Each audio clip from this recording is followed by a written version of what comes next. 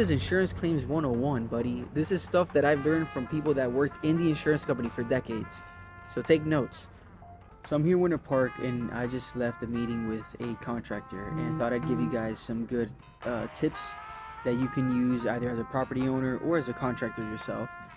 The insurance company will send a field adjuster to inspect the damages on the property, and then that field adjuster will create a report or submit their photos and their findings to the desk adjuster, who then reviews the case and the damages and deems what they're going to want to pay for or not, right? I'm not saying field adjusters don't do a good job. It's got nothing to do with that, but the point is that you're not the insurance company.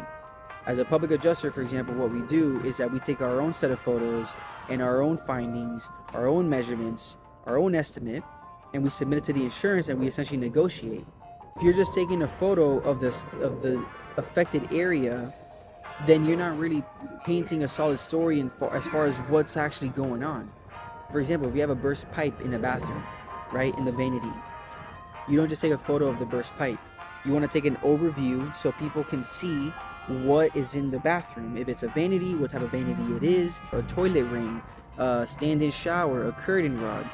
What exactly are we working with here if we need to do more than just repair this pipe?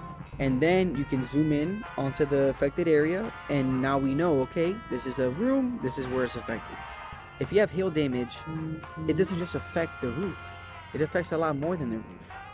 So for example, you take your photos from in front of the house, the sides of the house. If there's any screens on the windows, you take photos of the screens as well, because the screens will be affected by hail. Your fences also, a lot of people don't check fences. All right, you have those vinyl white fences. I've seen holes been made or dents in them because of hail. So essentially the whole story you're trying to build is correlating damage. If there's hail on the shingle that you're claiming, then there should be hail on these other areas, these soft metals. That's another reason why taking your overviews matters, because if you just showed me a photo of hail hits on a roof, super zoomed in on where the hail is, fantastic, man. I understand there's hail there, but I don't know what else is going on. You know, how many slopes are affected? What do we have on the roof? How many pipe jacks or boots? How many, is it off ridge vents or cobra ridge vents? Another thing is, like I said, the amount of slopes. You take a photo of the slope you're working on, and then you take photos of all the damages on that slope, and then you move on to the next slope. So you do front slope, bop, bop, bop, bop, bop. Now I know that in the entire front slope there was, I don't know, 7 damaged shingles. I go to the right slope. You chalk up RS, or right slope, on the top. That'll be the right slope.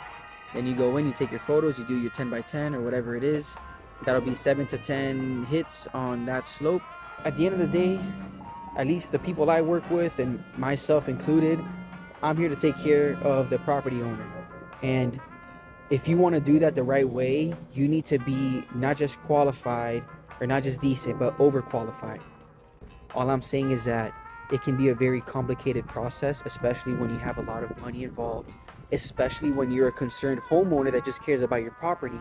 And so you want to do what you can, or at least rely on us to do what we can, to take care of you the most effective way possible.